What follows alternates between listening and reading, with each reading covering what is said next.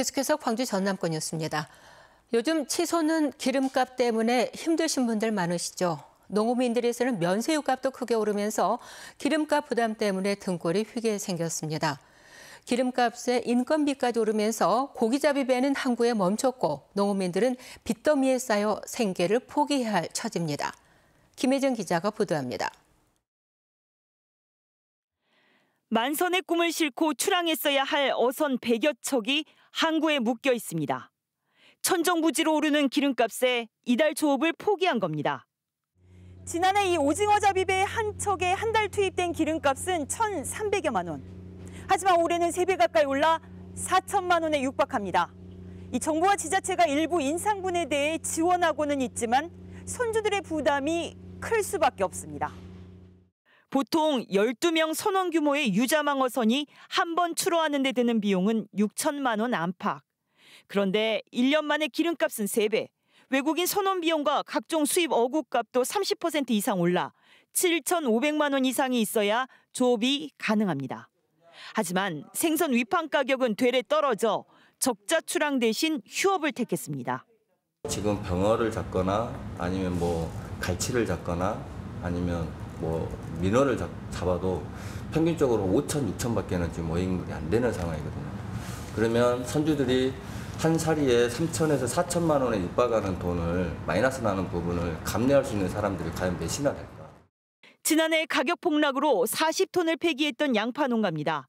올해 양파 가격은 올랐지만 빚은 더 쌓여가고 있습니다. 봄 가뭄에 작황이 부진해 생산량은 줄었는데 이 모든 농사 비용이 치솟았기 때문입니다. 이렇게 양파 있어도 이게 나가도 인건비하고 기름값하고 충당이 안 돼요. 자재비는 자재비대로 오르고 거름도 지금 그러잖아요. 9,700원 정도 했던 것이 지금 23,000원, 25,000원 하는데. 연일 폭등하는 기름값에 막막해진 농어민들의 상황은 생산 부진으로 이어져 결국 밥상 물가까지 위협하고 있습니다. KBS 뉴스 김혜정입니다. 뜨거운 바람을 내뿜는 아파트의 에어컨 실외기는 생활 공간과 분리된 별도 공간에 설치하는 것이 일반적이죠. 그런데 순천의 한 아파트에서는 실외기가 다용도실에 설치돼 입주민들이 여름마다 불편을 겪고 있습니다. 지어진 지 3년밖에 안 된 비교적 새 아파트라고 하는데요. 어찌된 일인지 김호 기자가 취재했습니다.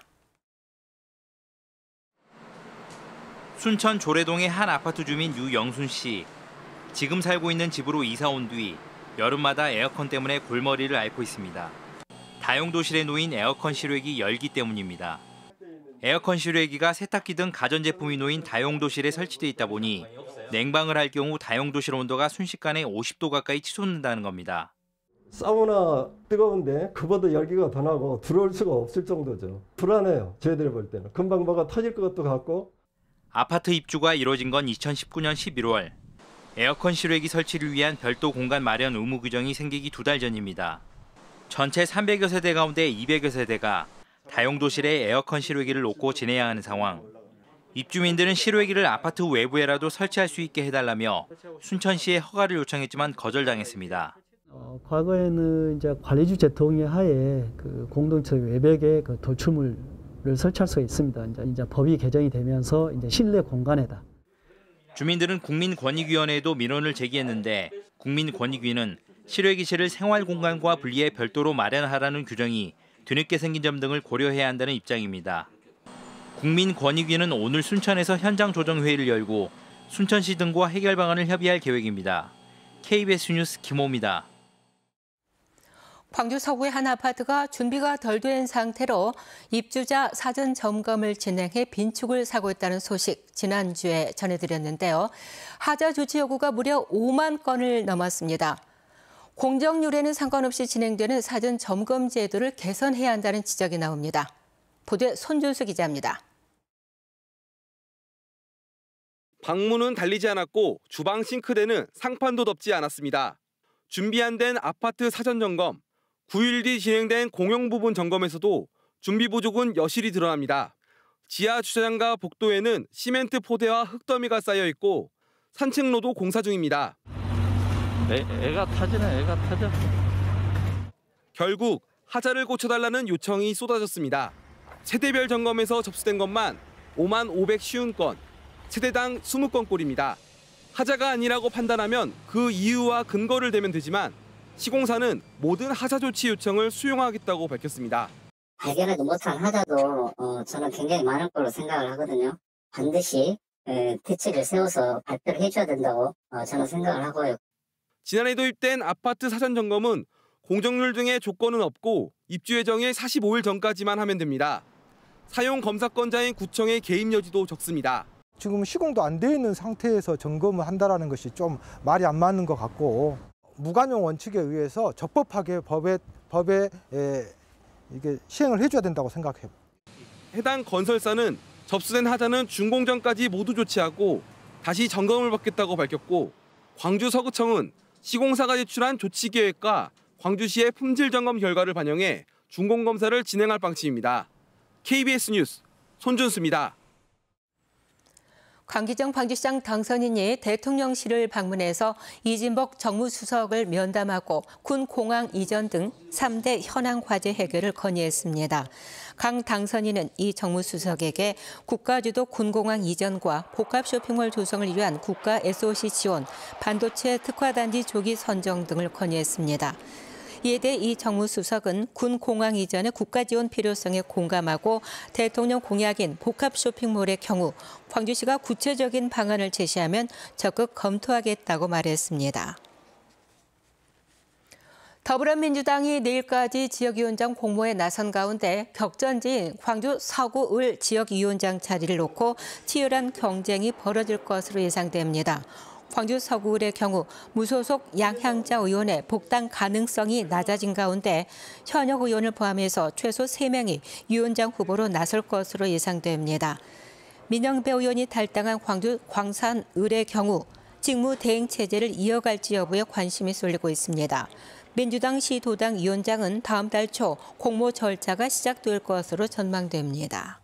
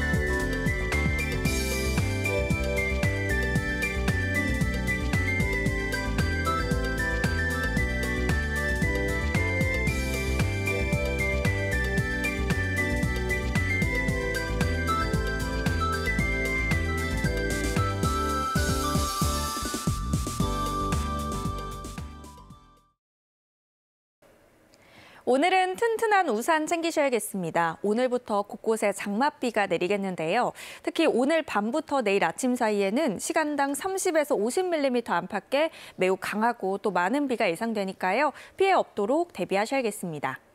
비는 내일 오후부터 차차 그치겠고요. 예상 강수량은 50에서 100, 많이 오는 곳은 150mm가 넘겠습니다. 전남 해안 지역은 저녁부터 바람도 강해지겠습니다. 순간 풍속, 초속 20m 이상으로 매우 강하게 부는 곳들이 있겠는데요. 해안 지역은 강풍특보가 내려질 수도 있겠습니다. 오늘은 비가 내리면서 더위는 다소 주춤하겠습니다. 아침 기온은 어제와 비슷하거나 최대 3도가량 높게 시작하고 있는데요. 한낮 기온이 장성과 광주 28도로 어제보다 1에서 6도가량 낮겠습니다. 여수의 낮 최고 기온 26도, 순천과 광양 28도가 예상됩니다. 목포의 한낮 기온 27도, 강진 29도, 해남과 완도 28도로 그래도 평년 기온보다는 1, 2도가량 높겠습니다. 신안을 비롯한 도서 지역은 25도에서 27도가 예상됩니다. 바다의 물결은 오전에도 다소 높지만 저녁에는 최고 4m까지 더 높아지겠고요. 바람도 강해지겠습니다.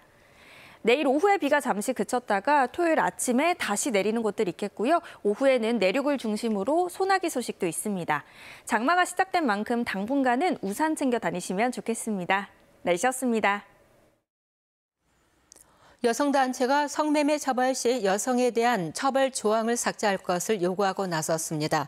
성매매 처벌법 개정연대 전남지역 공동행동은 어제 전남도청 앞에서 기자회견을 열고 현재 성매매 처벌법이 성매매를 한 남성은 물론 여성까지 처벌하고 있다며 성매매 여성 처벌 조항은 삭제해야 한다고 주장했습니다. 이들 단체는 대신 성매매 알선업자와 구매자를 강력히 처벌해야 한다고 주장하며 관련 법 개정을 요구했습니다. 금품 수수 의혹으로 수사 대상에 오른 현직 광주시 의원이 지난 2일 필리핀으로 출국해 경찰이 행방을 쫓고 있습니다. 광주 서부경찰서는 광주시의회 A 의원이 B 씨로부터 뇌물 수천만 원을 받은 혐의를 포착해 수사 중이라고 밝혔습니다. 경찰은 부정청탁 사건으로 B 씨를 수사하던 중에 A 의원에게 돈이 건네진 정황을 확보한 것으로 알려졌습니다. 경찰은 A 의원의 가족 등을 통해서 귀국을 종용하는 한편 이에 불응할 경우 강제 입국 조치에 나설 방침입니다. 최저임금법 위반 혐의 등으로 고소당한 박미정 광주시 의원이 광주시의회 본회의 신상 발언을 통해서 고소인인 A씨 측이 급여와 관련한 주장을 계속 바꾸고 있다면서 명예훼손과 허위사실 유포 등 위법 행위에 대해서 법적 대응할 예정이라고 설명했습니다. 박 의원은 또 미지급한 최저임금을 최근에 지급했고 기존 보좌관에게 급여 일부를 수당으로 지급한 만큼 횡령도 아니라고 설명했습니다. 박 의원은 불법 전화방 운영 의혹에 대해서는 잘 모른다고 해명했습니다. 이에 앞서 A씨는 박 의원은 최저임금법 위반과 공직선거법 위반 혐의 등으로 고소했습니다. 뉴스를 마칩니다. 감사합니다.